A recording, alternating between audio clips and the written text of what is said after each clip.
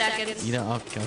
I don't eat pork. I'm afraid of worms. That's neither here nor there. Raul, we need names.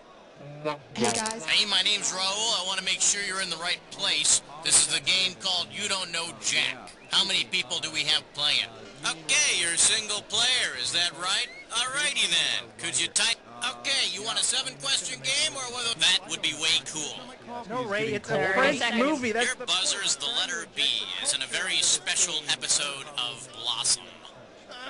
Can we clear the set, please? That's 20 like seconds. Jerry Lewis movie. Hoo boy, look alive. When a question pops up, you gotta buzz in. Then you pick your answer on the screen and hit the right number on your keyboard. You follow me? It's so simple my mother could do it. 10 seconds. Good luck. People, we're 9, going here. 8, Let's lose that desktop. 7, 6. Okay, 5, go to black. 4, 3. Here we go. Rush Hour has just begun. This movie has not yet been rated.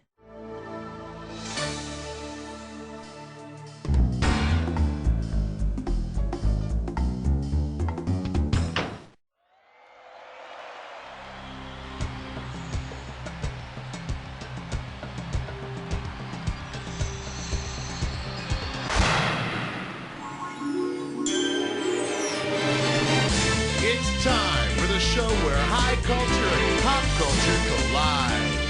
Welcome to the movie edition of You Don't Know Jack. So it looks like you don't know anyone who played the game with you. What a shame. Well, at least you know you'll win. I need a category.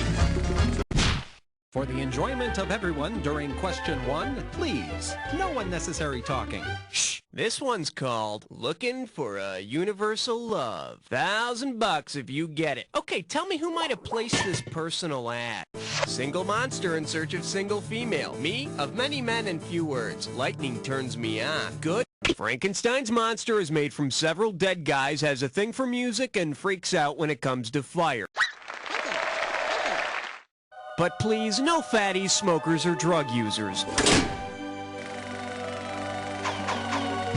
Okay.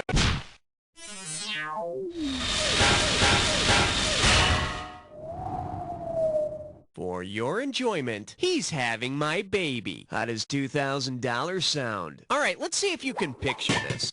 Because he's never played a pregnant man, which actor would be least likely to have stretch marks? Arnold. As of 1996, Jerry Lewis has not played a pregnant man. Yeah, I guess it's beneath him. Wow, Dean! Category, please. A question so real you can almost touch it. Filmed in spectacular 3D. Chew on this. The construction workers on first. And you pocket $2,000 if you get this one. Flex those fingers, cause here it comes. Which hit by the 70s disco group The Village People could have been the theme song to an Abbott and Costello film? Go west. Go west. Going south? For the curious, here's the right answer. In the Navy is the title of a 1941 military service movie starring Abbott and Costello. And with the Village People singing the theme song, it kind of brings a whole new meaning to the question, which one's the straight man? All right, hit me.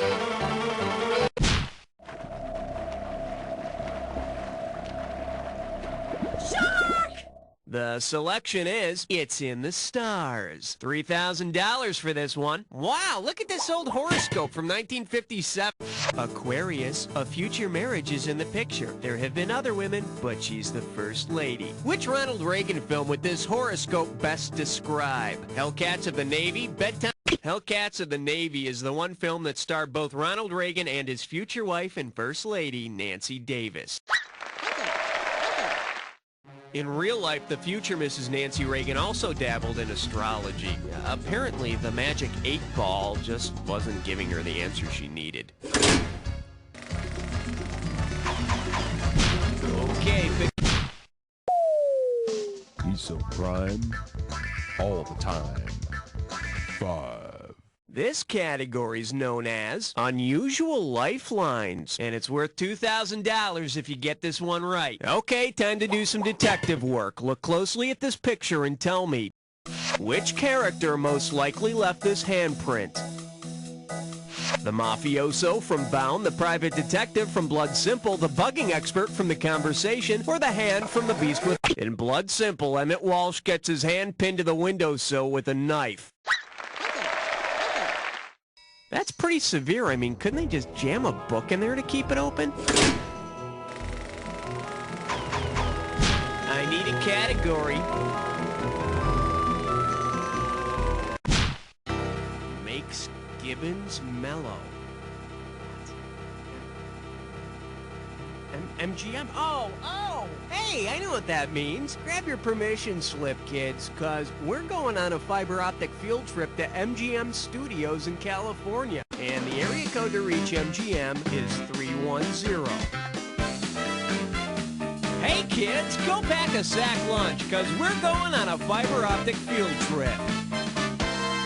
And according to this card I was just handed, we're going to be talking to some studio hotshot named Joe Whitmore. Joe Whitmore, studio hotshot. Okay, hope we can get by his secretary. Oh, we got a ring. MGM Studios, this is Joe. Yeah, hi. Is this Joe Whitmore? Yes, it is. Wow, he answers his own phone. Cool.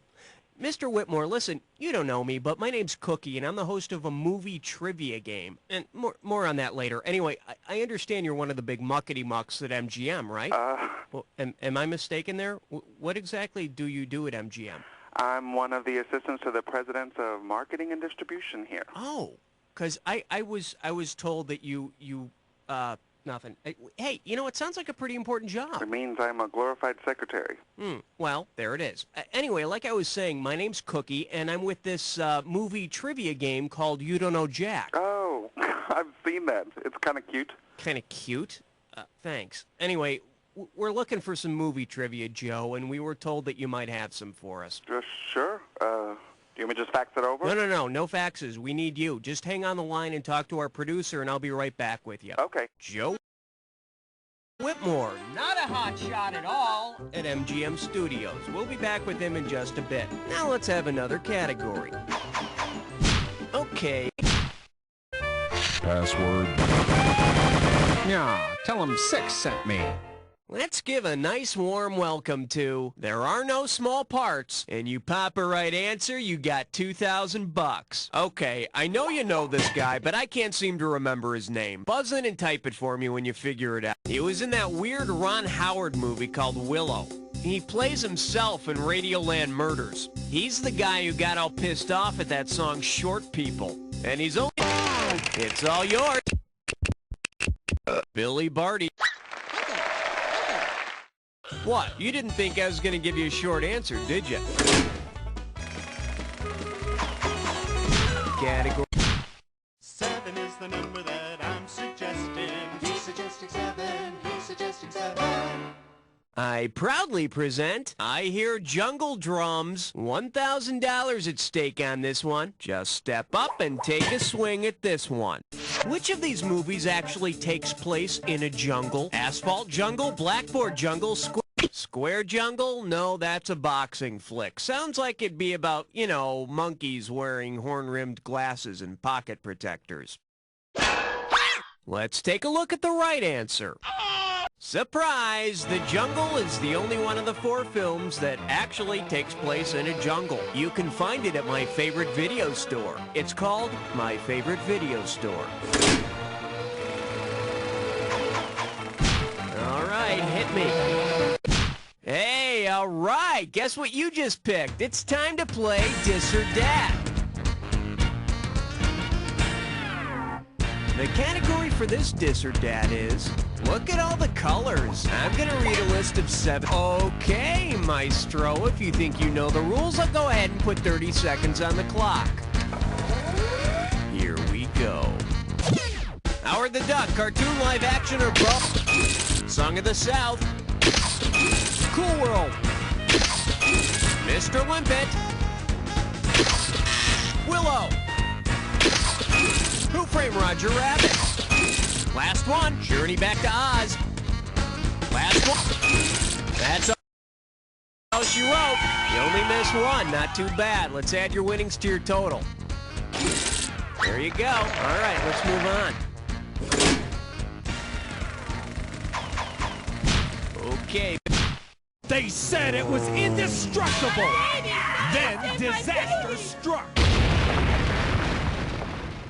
Let's see what we got going. Those who can't, right. And we're talking 2,000 for this baby. Let's see how you handle this one.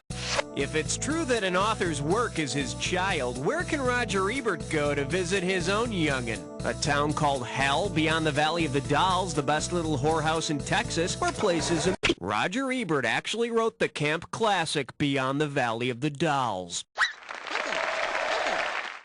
And Beyond the Valley of the Dolls will tell you, sometimes dads can be the harshest critics. I need a cat.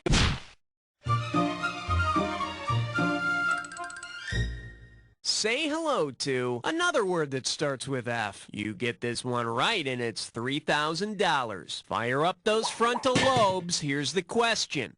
If ABC reworked that classic TV Western F Troop into a new series called F-Stop, what would be the best choice for the basic premise of the show? Ken Berry controls the flow of light to the fort. Forrest Tucker sells movie souvenirs. Teamsters...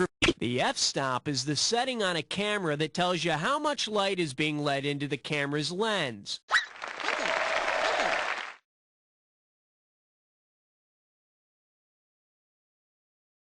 As opposed to effing stop, which I'm sure the director of F-Troop had to yell on the set when things got a little too wacky. Okay, we're halfway home. Let's see how round 2 treats you. Now remember, everything in round 2 is worth double, so heads up. Okay, we're back with Joe Whitmore at MGM. Joe, you have a question for us? Yes, I do. Terrific, let's do it.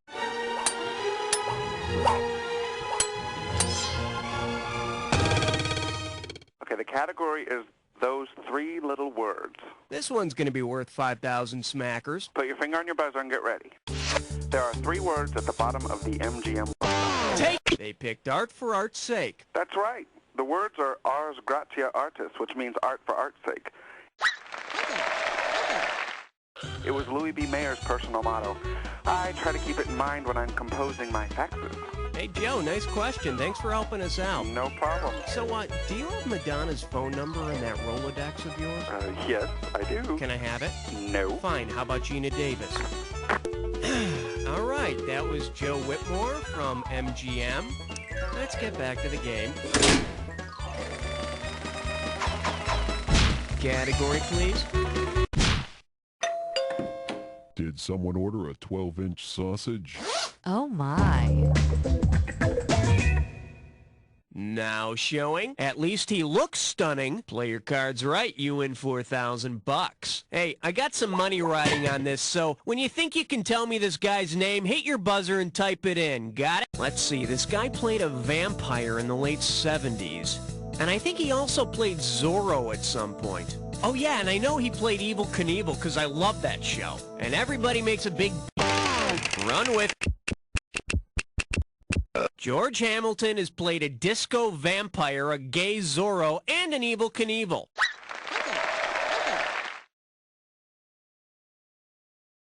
And if he spends any more time in the sun, his next role could be as one of the California Raisins. All right.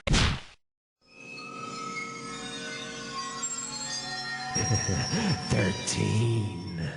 Okay, give it up for Why Not a Duck? 4,000 big ones for a right answer here. All right, imagine you throw a party and invite both the Marx Brothers and the Three Stooges. If you wanted to formally introduce the Marx Brothers to the Three Stooges using the Stooges' real names, how would you properly refer to Larry, Curly, and Moe? Mr. Besser, Mr. Dorita, and Mr. Howard, Mr. Feinberg, Mr. Horowitz, and Mr. Horwitz, Julius. Joe Besser and Joe Dorita were 2 guys that came in after Shemp, who first replaced Curly. Talk about your Curly Shuffle. The correct answer is Larry, Curly, and Moe were respectively Mr. Feinberg, Mr. Horowitz, and Mr. Horwitz. Feinberg, Horowitz, and Horowitz sounds like a sleazy law firm. Oh, wise guy, huh?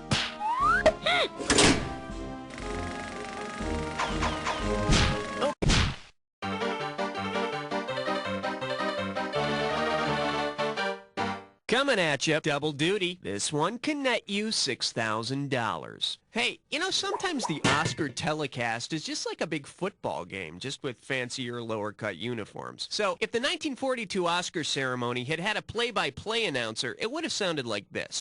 The presenter drops back behind the podium. He's got the statue in 10 different places to go with. Irving Berlin presented himself with the award for his song White Christmas, beating out 9 other nominees.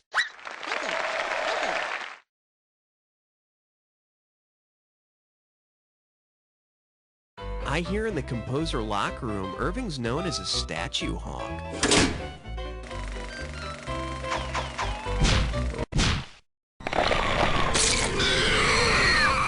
The category is, in the days when only Caucasians could act. 2 G's if you get this one right. Get your finger out of your ear and listen up. We're going. In order to help prepare himself for his part in Breakfast at Tiffany's, to which song might Mickey Rooney have listened? Caribbean Queen, Walk Like an Egyptian, turning Japanese, or Mexican? Irish-American actor Mickey Rooney plays Mr. Yunioshi, the Japanese neighbor with a shrill voice and buck teeth in Breakfast at Tiffany's. It's good to know Hollywood's come so far since then. You know, like Jonathan Pryce as Juan Perón. I need a category. Uh-oh, best of hits fried spore. It's time for a There Is No Scum. Take a look at your gibberish category. He's got quite a spread. If you move quick, you can make up to 10,000 smackers on this gibberish question. Now, don't get nervous, but the more time you take, the less cash you get. Okay, keep your eyes on the big screen and tell me what movie title this rhymes with. 1, he tie, sunk of vids. And don't get fooled by the punctuation.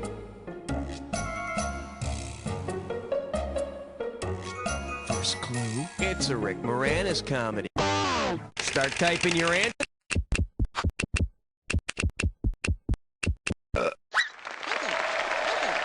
Honey, I Shrunk the Kids. Yeah, why pay for a babysitter? I mean, just toss them in your purse.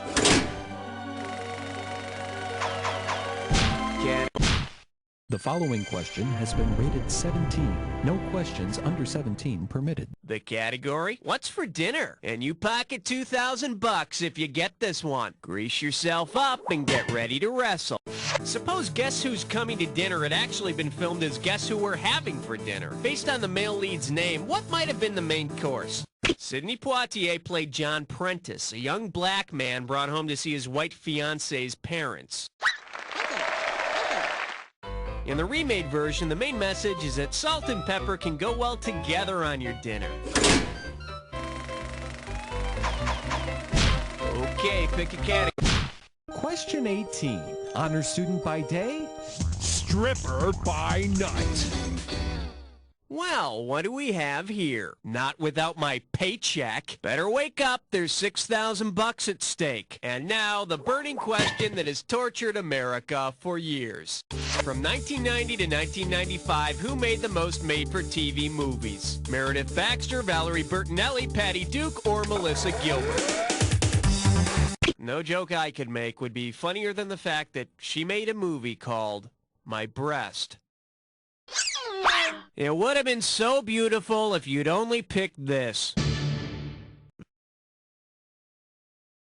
Valerie did 4, Patty and Meredith did 11 apiece, but Melissa made 15. And we're not counting any very special Little House on the Prairies. Okay, I need a cat.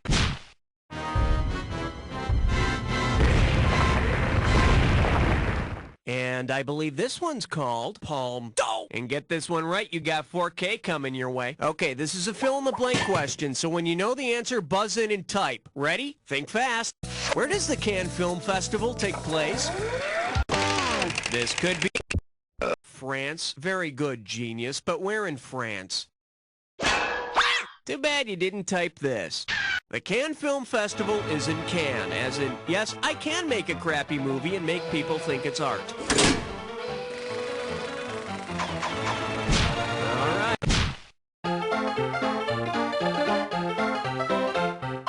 Here we have Puns of Steel, and it's worth $2,000 if you get this one right. Heads up, here it comes.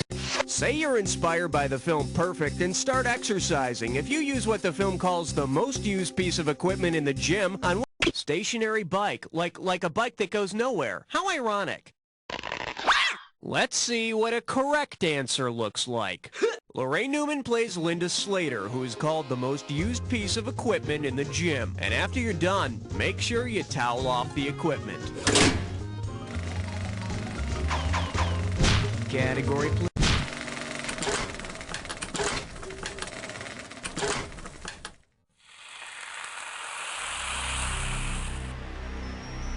Ah, you think you know the attack, huh? I got news for you. Not all attacks are equal. Here's your clue. Nice logo. Maybe you'll have a nice score to go along with it. Good luck.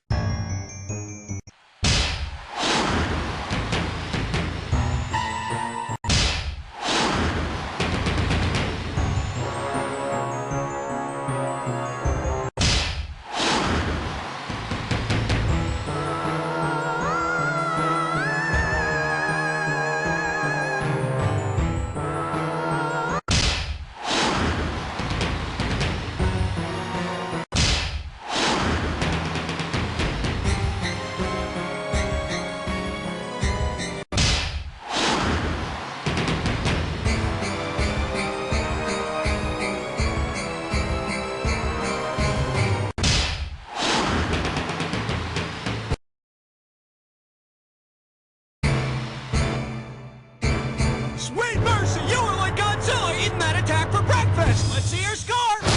That's the game!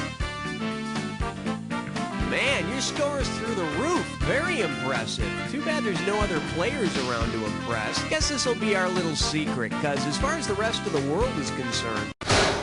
You don't know Jack!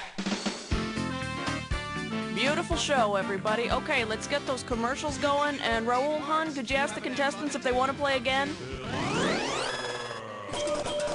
Number one on the high scoreboard. You are in great company. A lot of wonderful movies have been number one at the box office. Let's see, The Trial of Billy Jack, Home Alone 2, the remake of King Kong. I guess what I'm saying is don't get a big head about it.